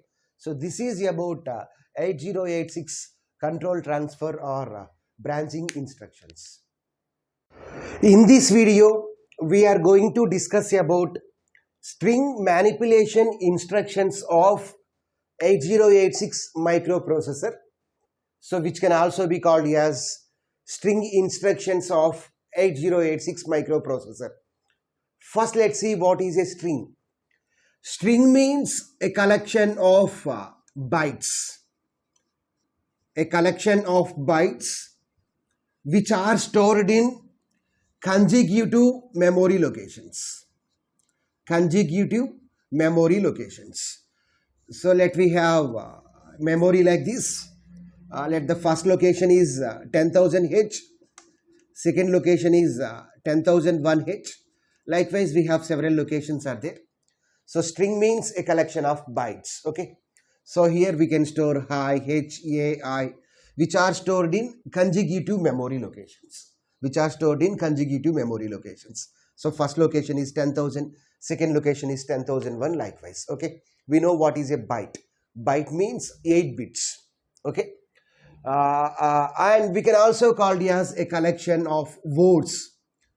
A collection of words which are stored in consecutive memory locations. So word means the size of a word is 2 bytes. So word size is 16 bits, whereas byte size is 8 bits. So that is about the definition of the string. We can perform various operations on the string. They are called as string manipulations. Okay. So the operations which are to be performed on a string, so are to be discussed in this video. So string manipulation instructions are mainly useful in order to perform operations on the string. So mainly we have 5 instructions are there. Here each instruction contains 3-letter mnemonic. So first one is MOV, move. Second one is load, LOD, 3-letter mnemonic. Third one is STO, store. Next one is CMP. Next one is SCA, scan. Okay. So here in each instruction, we have 2 sub instructions are there. Move SB, move SW. So SB means string of bytes, whereas SW means string of words. Whereas here also load SB, load SW. So string of byte, string of word. So likewise STO SB, STO SW, CMP SB, CMP SW, SCA SB, SCA SW. So in this video we are going to discuss these 5 instructions. So let us see the first instruction. The first instruction is move instruction. It is move instruction is useful in order to move the content from source to the destination. Source to the destination. Here the source address is specified by data segment SI. Source address is specified by data segment SI pair. So here we are using source index register in the data segment. Whereas destination address is specified by ES, extra segment destination index register. Okay. So source address is specified by source index register, so which is available in the data segment. Whereas destination address is specified by DI, destination index register, which is available in the extra segment. So now let us see how we can move the data from source to the destination. Here let we have this memory is nothing but the source. So source means data segment. Let this memory is destination. So destination means here we are using extra segment. Okay. Let us see with the help of an example how we can move data from one location to the from source to the destination. So move SI comma 1000H. So that means the source index points to the 1000 memory location. Let this is 1000 memory location. In 1000 we have H. In 1001 location we have A. In 1002 location we have I. So now SI points to this 1000 location. Okay. Next, move DI comma 2000H. So now destination index register is available at 2000 location. So let it be 2000, let it be 2001, let it be 2002. Okay. So here our target is we have to move this high from the source to the destination. So how we can do that? Let us see here. Here we have to use an instruction called CLD. So CLD stands for clear direction flag. Clear direction flag. So now DF value will be 0.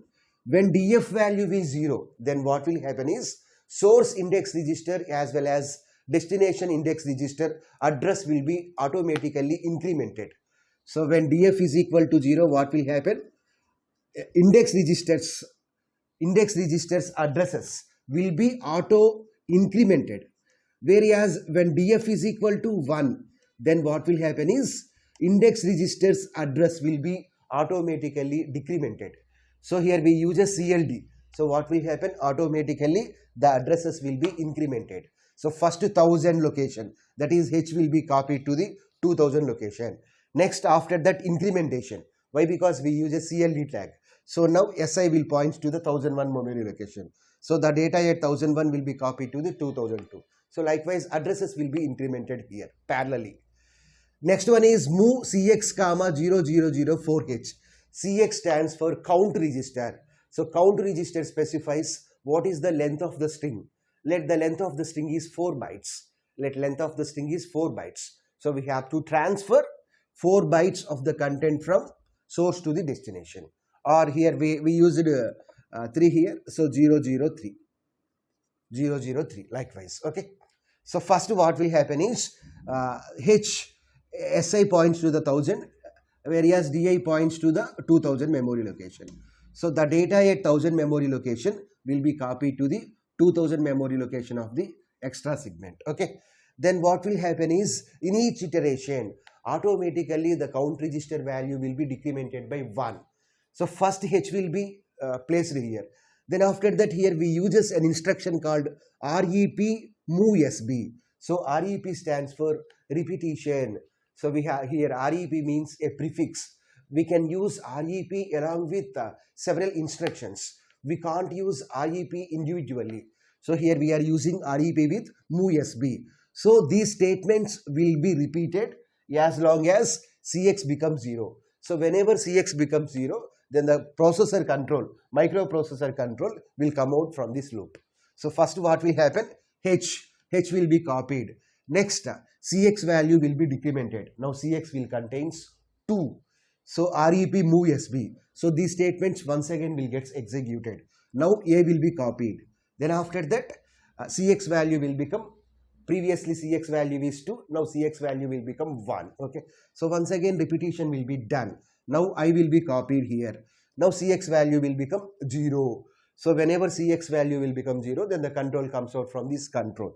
Then the microprocessor control comes out from these instructions. So this is about move instruction.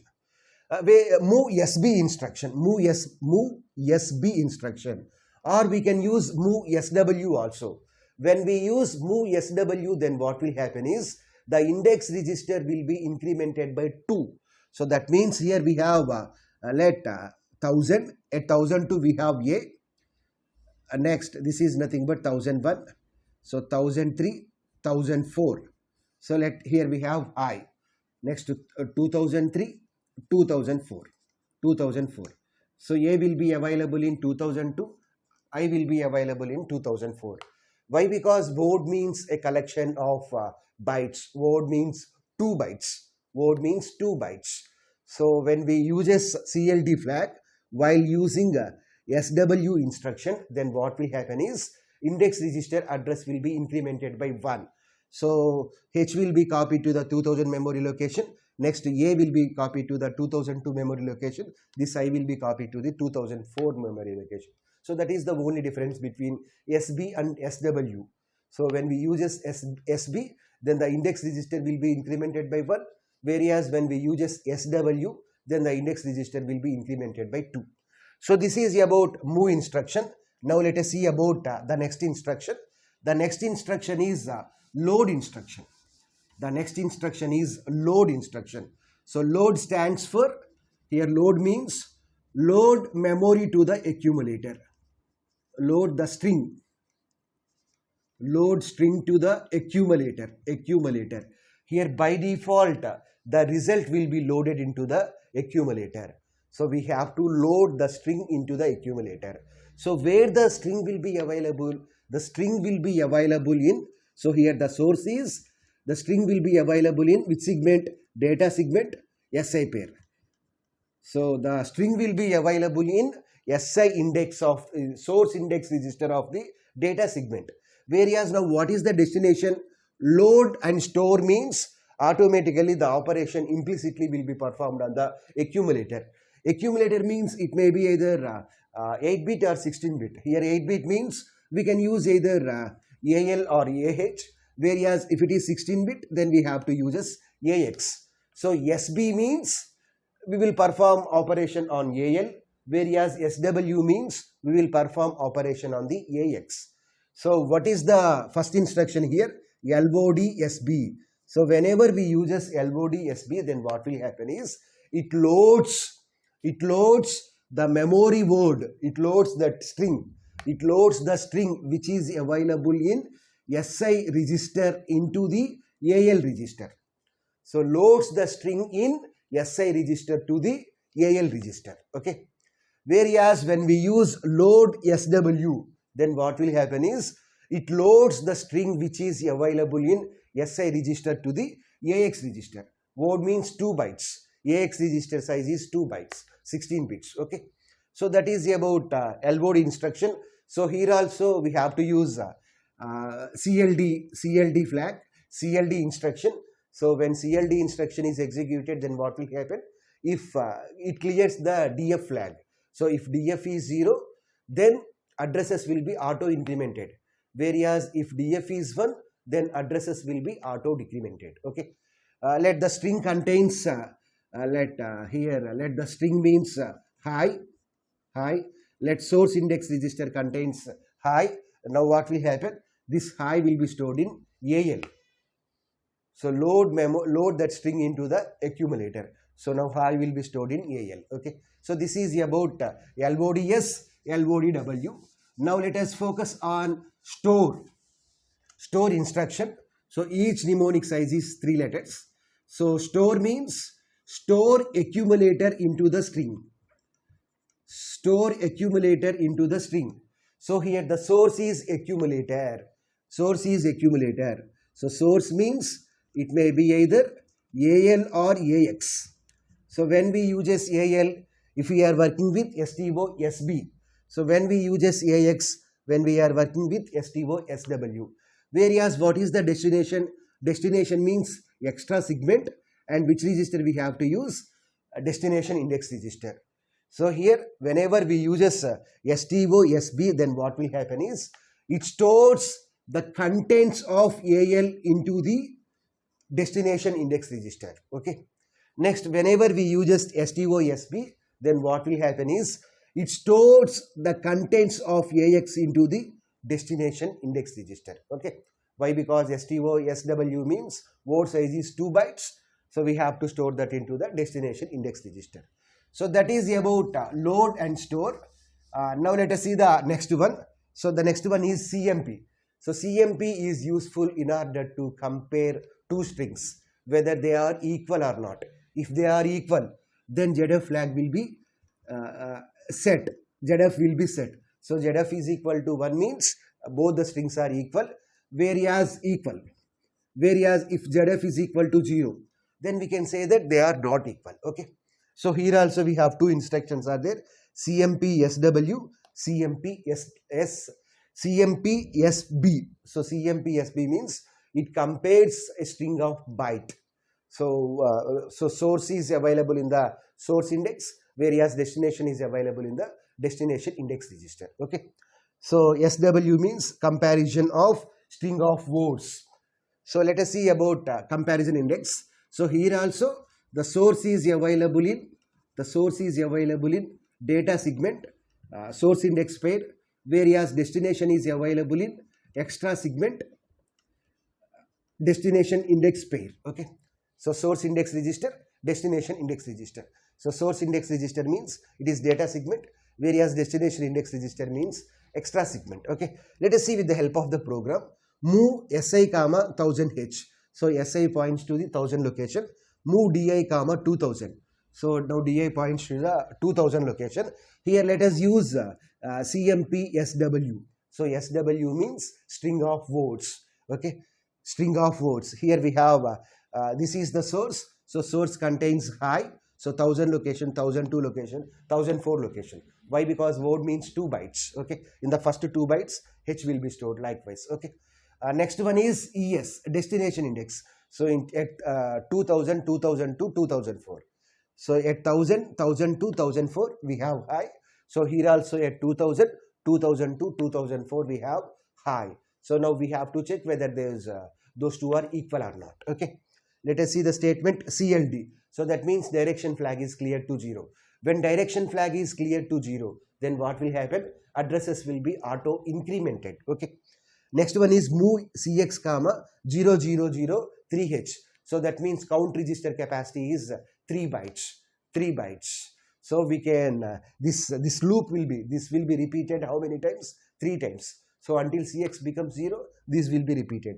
Next one is REP equal. So E stands for equal. So we have to perform the repetition as long as they are equal. If they are not equal, then what will happen is the microprocessor control comes out from these statements. So REPE means repeat until they are equal. If they are not equal, then come out from this loop. Okay. So first what will happen? The content at 1000 and 2000 will be compared. HH. So both are equal. So what will happen? Next CLD means addresses will be incremented. So source index points to the 1002. Next here destination index points to 2002. So there also AA, both are equal. So now CX will become, previously CX contains 3. Next CX becomes 2. Next in the next iteration CX becomes 1. So now SI becomes, SI will be at 1004, DI will be at 2004. Here also both are equal. Okay. Next CX becomes 0. So now what will happen? Repeat as long as they are equal. Here all are equal only. So what will happen now? ZF flag will be set. If ZF flag is set, then we can say that both the strings are equal. Whereas if the strings are not equal, here instead of A we have G. Instead of A we have G. Then what will happen? Repeat as long as they are equal. But repetition will be done. Repetition will be done. But what will happen? ZF will be, value will be 0. Why? Because they are not equal. If they are not equal, then ZF flag will be 0. Okay. And repeat them as long as they are equal. But here whenever these two are checked, these two are not equal. These two are not equal. So control comes out from these statements. So this won't be compared. Why? Because here only they are not equal. Here only they are not equal. So that comparison won't be done here. Now we can say that ZF value is 0. So we can say that those two are not equal. Okay. Next one is SCA. SCA stands for scan. SCA is also similar to the compare instruction only, but in compare instruction the source is available in source index register, destination is available in destination index register. But here the source means here word, the source is available in the accumulator, whereas destination is available in the destination index register. So here the source is not available in source index register. The source is available here in accumulator. So let us see with the help of an example. Move CX comma 0004. So that means the size of the string is 4 bytes. Okay. Next one is move AL comma word. So that word information will be moved to the AL. Okay. Let the word is HELL. So this HILL hill. So this information will be moved to the AL. Next one is DI 1000H. So destination is points to some location. So what is the destination here? Instead of 1000, let us take 2000. Okay. Destination contains hello. Let the destination contains hello. Hello. Now we have to check whether this word is available in the corresponding destination or not. If the word is available in the destination, then ZF flag will be set. Suppose if the word is not available in the destination, then ZF flag will be cleared to 0. Okay, so that is our target here. We have to check whether the word is available in the AL register, is available in destination index register or not. Okay, so CLD means direction flag will be cleared to 0. So every time the address will be incremented. Okay, next one is REPNE. So REPNE stands for repeat not equal. So we have to perform the repetition as long as they are not equal. As long as they are not equal. So whenever they are not whenever they be, so we have to perform the repetition as long as they are not equal. Okay, so here before this condition is false, before this condition is false, if this word is available in the corresponding string, if the word is available in the destination index register, then ZF flag will be cleared to 0. Okay, so here let the string is HILL, hill is available, hill, let us assume that hell, so hell is available here. So what will happen now? ZF flag contains ZF flag value will become 0. So we can say that ZF flag is 1. So we can say that the word is available in the corresponding destination. So these are the string manipulation instructions. Here we have repeat also. So we have repeat also. So REP is mainly useful in order to execute a set of statements repeatedly. We can't use REP instruction alone. REP instruction must be used along with some other instructions. REP move SW, REP CMP SW, likewise. In REP we have two variations are there, REP E, REP NE. So REP E means we have to perform the repetition as long as they are equal. Whenever they are not equal, then come out from that one. So REP NE means repeat the corresponding instructions as long as they are not equal. Okay, whenever they are equal, then we can come out from that. So if here we have word, so word is available in the corresponding string. So whenever they are equal, then we can come out from that one. Okay, HELL, that word is HELL. HELL is available here. So that word is available in the destination. So whenever they are equal, then we can come out from this one.